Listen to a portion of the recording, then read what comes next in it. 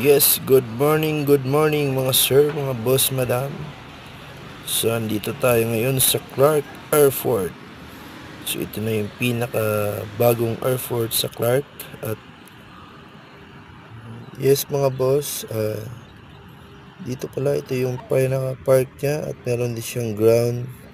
Pwede maglaro yung mga kids nyo kung isasama nyo sa pagsundo at sa paghatid. At saka meron na rin silang blue taxi dito.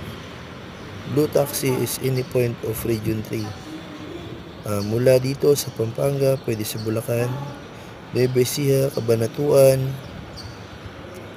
Bataan, Subic, at Zambales, Olongapo.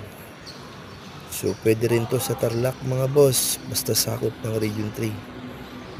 Ayan, meron silang dalawang klase, Avanza at saka yung Almera.